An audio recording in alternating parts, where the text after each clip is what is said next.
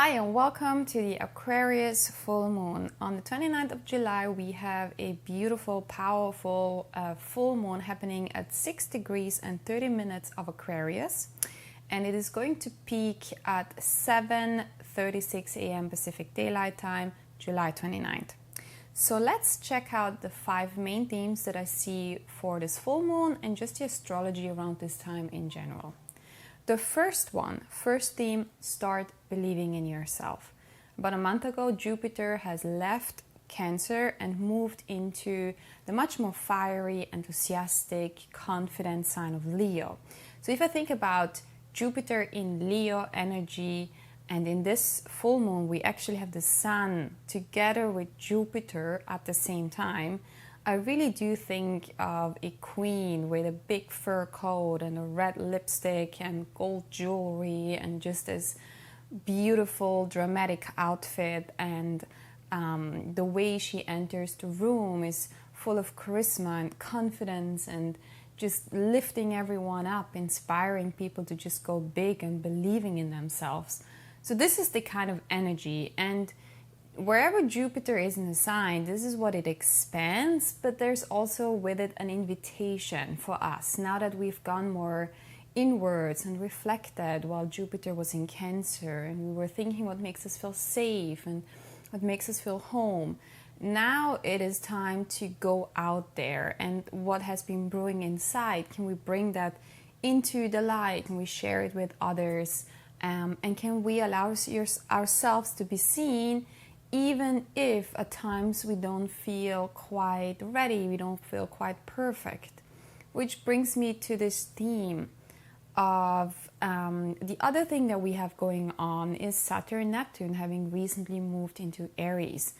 And Kathy Rose pointed out, she's one of my teachers, that this configuration sometimes brings up imposter syndrome, often actually also in women, just because we're conditioned to be less confident with bragging or being able to show accomplishments without being judged for it. There might at the same time be a sense of vulnerability. You know, Leo itself isn't always confident, it's just an invitation to go out there and be seen. This time is going to be a great way for us to heal our internal dialogue that maybe tells us that there isn't space for us, or we're not ready, or whatever the imposter syndrome might tell us. So this is a great time to heal this energy and to go out there and do it anyways. Now, part of this picture is that Saturn has gone retrograde on the 26th of this month, July. And so all these goals and the ambitions are now going to go through a period of retrospection, of, reflection of how far have we come, especially since February. We had a really powerful eclipse then, an Aquarius eclipse, and that was when Saturn and Neptune moved into Aries. So now, half a year later, there is this reflection of what has evolved during this time. How much effort have we put into getting more results with what we're wanting to do, and what is still left to work on? And this could be both an internal process as well as whatever you want to manifest in the outside world. Both of it is valid. The second theme really ties well into the first theme, and that is, where do you put the spotlight? Because the shadow side of Leo energy, and I'm not talking about sun signs here, just in general, is making it about ourselves a lot, where Aquarius on the other side of the spectrum is much more aware of the collective in general.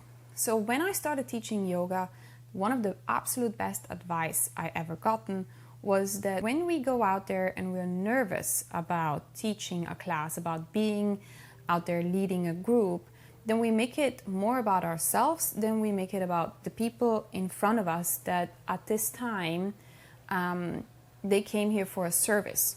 So me teaching yoga or putting myself out there, whenever we put that spotlight on the people that we're serving and we make it about them, we're a little less concerned about whether we misspeak or how we look or what people will think afterwards. This really ties in with Aquarius energy of understanding that in order to participate to something important and valuable, we don't need to be the best at it. We don't need to be the only ones doing it. There's going to be other people doing great things just as much as us. The idea behind showing up should be that it benefits more than just ourselves. And that is going to calm our nerves and it's going to benefit everyone. So here I'm speaking about Moon on the other side in Aquarius together with Pluto, which is the power to the collective and understanding that we're part of something bigger and it is not just about one person individually. The third theme we have going on is wealth and power. Now often they're interlinked. A lot of power, a lot of wealth go hand in hand.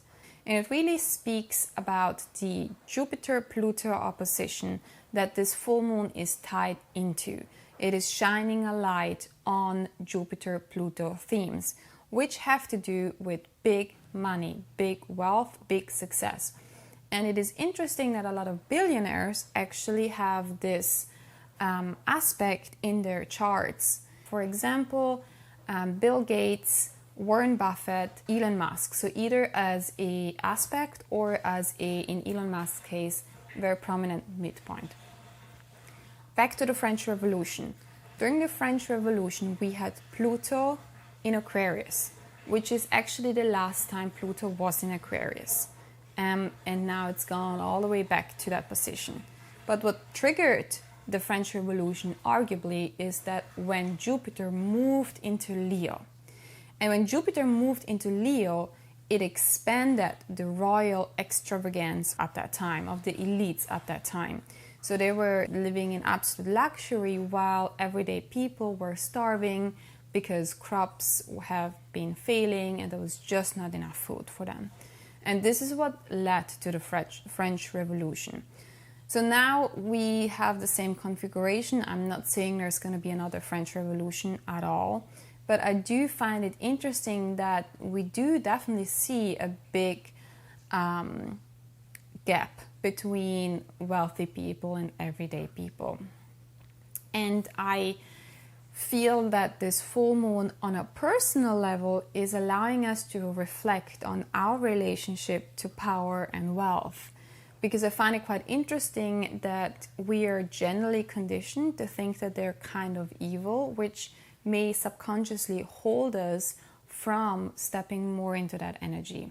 I'm not saying we all need to get wealthy or rich, but it is maybe a good time to think about our money wounds, our stories that we have around both money and abundance as well as power. How confident are we in holding powerful positions and having that responsibility with it as well?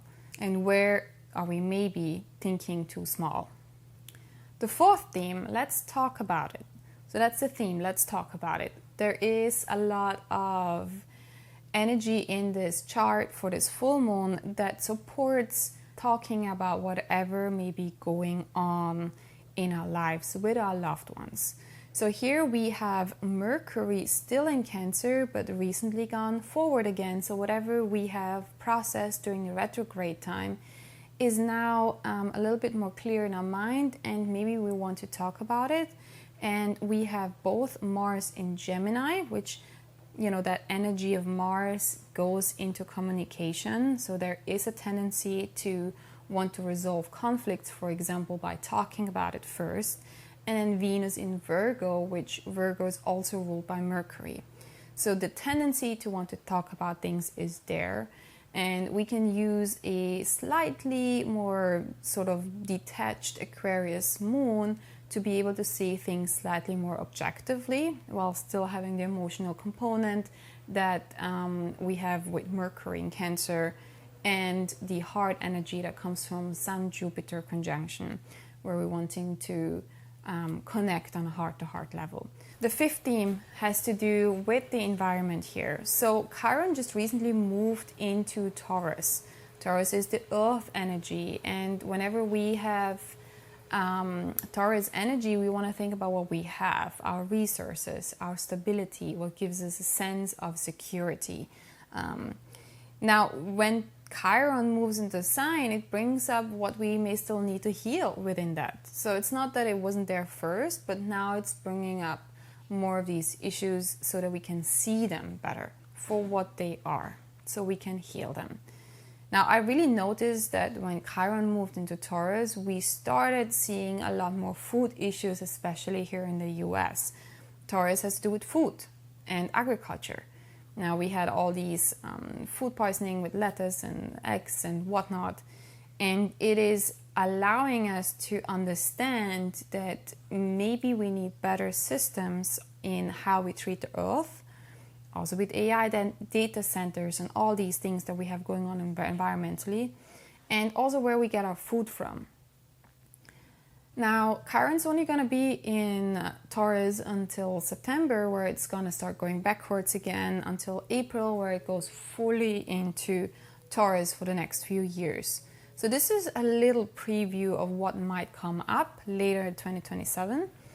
But it might be a good idea to just keep your eyes open and kind of reflect on how you want to be participating in that. So for example, if you are in the US, there are apps where you can check out close by farms. Maybe there are farmers markets that are easy to access. Just a little bit more of that awareness on what gives security. For me, food is a big part, so that's why I'm speaking about that topic. But it may also be finding ways to feel a little bit more secure within ourselves, even when the grounds might feel shaky.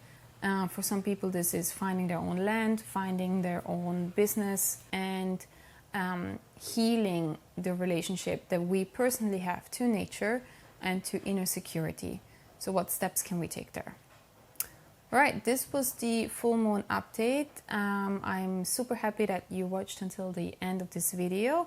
Let me know where this falls in your chart, what house. You may want to think about reflecting on what has passed from February to now, what has come to fruition in that area of life that this full moon falls in, and take the time to release whatever is not worth it anymore. One of those may be, for example, things like imposter syndromes or feeling like you need to fit in a certain way in order to take up space and shine. All right, thank you so much. I hope you have the most wonderful full moon, and talk to you soon.